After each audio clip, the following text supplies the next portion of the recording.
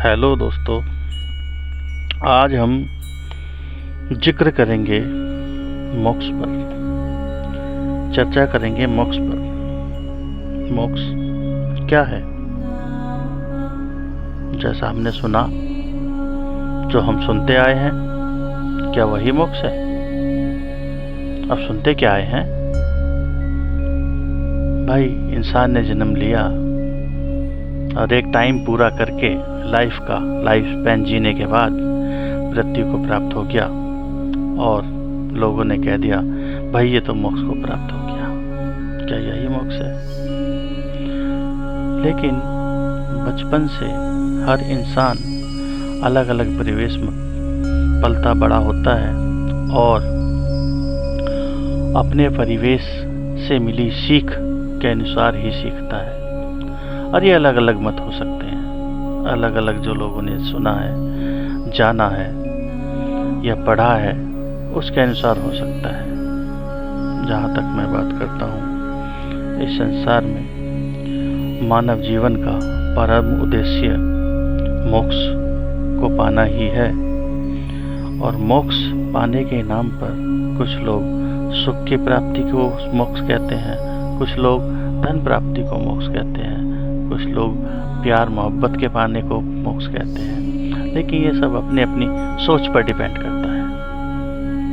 अब मैं छोटी सी एक कहानी अपनी लाइफ की बताता हूँ। मेरा जन्म बचपन से ही एक गुरसिख परिवार में हुआ।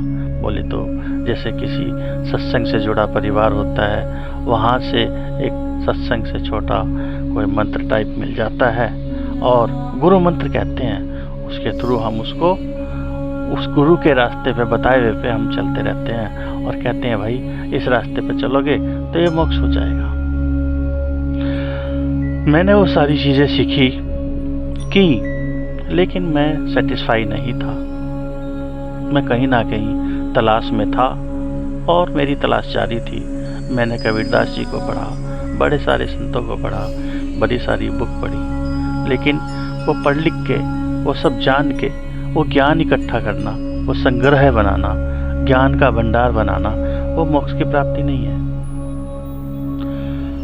मोक्ष की प्राप्ति ज्ञान नहीं है। ज्ञान से सिर्फ ऐसे ही पता चलता है जैसे कि हमने नीम के पत्ते खाए और नीम के पत्ते को खाने के बाद हमें पता चलता है कि इसका स्वाद कड़वा है। लेकिन अगर कोई हमसे कह दे कि नीम कड़वा है और नीम के पत्ते खाने वाले से कह दें कि नीम कड़वा है, तो इस चीज़ का अंतर सिर्फ वही बता सकते हैं जिसको सिर्फ ये कहा गया कि नीम कड़वा है, और एक बंदा वो है जिसने नीम के पत्ते खुद खाए हैं। तो मोक्ष के रास्ते पर चलने के लिए जो इंसान मोक्ष के रास्ते पर चला है उसको बेहतर पता है उससे जो कि किताबी ज्ञान है, जो कि समाज से ज्ञान मिला है, जो सुनने से ज्ञान मिला है। मेरे को भी वैसा ही लगता था। मुझे हमारे गुरसिख फैमिली से जो मिला था मैं उसी को सीखते चला गया, लेकिन असैटिस्फाई था। मैं उससे संतुष्ट नहीं था। एक दिन मुझे ऐसे ही एक स्टेशन पर मैं बैठा था और एक वाइट कपड़ों में बैठे एक बुजुर्ग बैठे हुए थे। मुझे लगा कि मुझे उनसे कुछ बातचीत करनी चाहिए। स्टेशन पर बैठे थे टाइम पास करने के लिए। मुझे ऐसा एहसास हुआ कि मुझे उनसे एक क्वेश्चन कर देना चाहिए। मैंने उनसे एक क्वेश्चन किया कि बाबा ये मोक्ष क्या है? बोले बेटा मोक्ष तो ये तो बड़ा ही वैसा सवाल है। मोक्ष का आंसर इतना छोटा नहीं दे सकता, लेकिन हाँ ये जरूर बता सकता हूँ कि मोक्ष की प्राप्ति करने के लिए तुम्हें स्टार्ट क्या करना चाहिए। मैंने कहा बाबा वही गूढ़ रहस्य बता दो, मैं तो इसकी तलाश में हूँ। बस बाबा ने मुझसे कहा कि बेटा सबसे पहला काम है तुम ध्यान करना स्टार्ट करो। ध्यान स्टार्ट करोगे तो तुम्हारा जीवन अपने आप स्वतः ही मोक्ष की तरफ जाने के रास्ते खोलना स्टार्ट कर देगा। वैसे ही जैसे कि कोई गुरु तुम्हें हाथ पकड़ के रास्ता दिखा रहा हो, वही एक ऐसा रास्ता है ध्यान का जो तुम्हें इस रास्ते पे आगे ले जाके पर ब्रह्म परमात्मा से, निराकार से मिला देगा। और ये यात्रा इतनी छोटी नहीं है, ये इतनी जल्दी नहीं मिल जाएगा। इसमें तुम्हें टाइम लगेगा, इसमें तुम्हें संयम रखना होगा। अगर तुम्हारे अंदर चाहत है, अगर तुम चाहते हो रियल मी पाना, उस पर ब्रह्म को पाना, उस परमात्मा को पाना, उस सच्चे दातार को पाना, उस निराकार को पाना, तो इतना मुश्किल भी नहीं है। ये एक यात्रा है और बहुत ही संयम से भरी यात्रा है। जल्दी कुछ नहीं है बेटा। अगर तुम्हारे मन में तुमने ठान लिया तो तुम पक्का एक दिन इसको पा जाओगे और इसकी अनुभूति तुम्हें कुछ ही दिन के बाद होना स्टार्ट हो जाएगी। ये मैं गारंटी से कह देता हूँ। मैंने बाबा से कहा, बाबा आपका नाम क्या है? तो बाबा के बड़े अलग से आंसर ने मुझे चौंका दिया। बोले बेटा मेरा नाम जान के क्या लोगे? मेरे पता नहीं कितने नाम रहे, ऐसी तुम्हारे भी पता नहीं कितने नाम रहे। उनकी बातों में जादू सा था।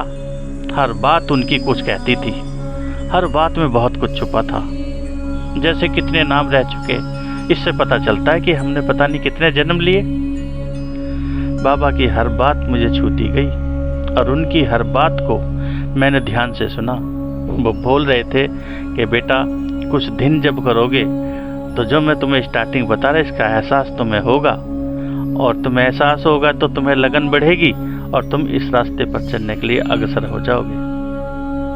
बात तुमने बेटा मुझसे मोक्ष की पूछी है, तो मोक्ष माइंड का वो स्टेट है, वो कॉन्शियसनेस है जहाँ पे आदमी ध्यान में जाके पर ब्रह्म परमात्मा को निहारते हुए आंख बंद कर खुद के अंदर उतर जाता है और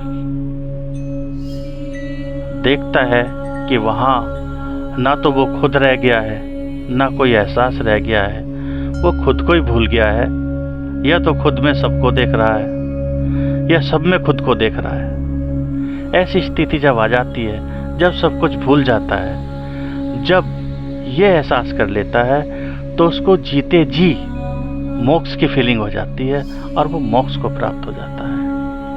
मैं तुम्हें एक बात बता दूं, जो लोग पोशाक पहनकर निकल गए, रंग बिरंगे कपड़े पहन कर निकल गए, ये दिखाने के लिए कि भाई हम तो योगी बन गए, हम तो संत बन गए, हम तो महात्मा बन गए। मेरा किसी योगी और महात्मा को व्यंग्य नहीं है। मैं ये नहीं कहना चाहता कि कोई इसको धारण ना करे। कपड़े पहन के भी बहुत बड़े योगी घूम रहे हैं और कपड़े पहन के बहुत बड़े ढोंगी भी घूम रहे हैं। लेकिन बड़ा योगी बनने के लिए, बड़ा संत बनने के लिए, बड़ा महात्मा बनने के लिए घर त्यागना जरूरी नहीं है। ग्रह त्याग के योग पाना जरूरी नहीं है। ग्रह के अंदर गृहस्थ जीवन जीते हुए आप इसकी प्राप्ति कर सकते हो। इसके लिए न तुम्हें जंगल में जाना, न तुम्हें मंदिर में जाना, बस एक टाइम निकाल के संयमित रूप से आपको ध्यान में बैठना है और खुद के अंदर उतर जाना है।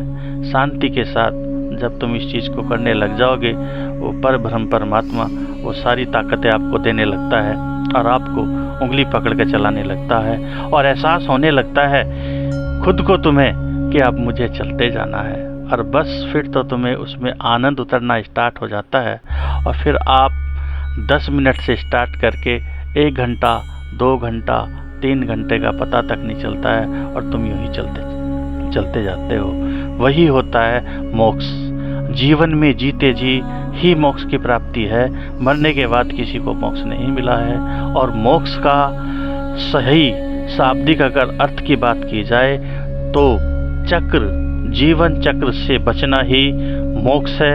मैं ये कहना चाहता हूँ कि अगर इंसान का जन्म हमें मिला है तो इस राह पर चलने के लिए उस पर ब्रह्म परमात्मा को पाने के लिए मिला है, ना कि यहाँ पे आके काल चक्र में फंसकर, मोह माया में फंसकर इस जीवन को बर्बाद करना। मैं तो सभी से ये कहना चाहता हूँ कि जीवन को जीते हुए जरूर अपने इस चाक काल चक्र को ख़त्म करें और इस राह पर बढ़ें। मेरी सभी से हाथ जोड़कर यही प्रार्थना है। अगर मेरी इस वीडियो के अंदर मेरे से किसी को कुछ आहत पहुंची है, हाथ छोड़कर क्षमा प्रार्थी हूँ और अपनी इन्हीं शब्दों के साथ मोक्ष के टॉपिक पर अपनी बातों को यहीं विराम देता हूँ। धन्यवाद।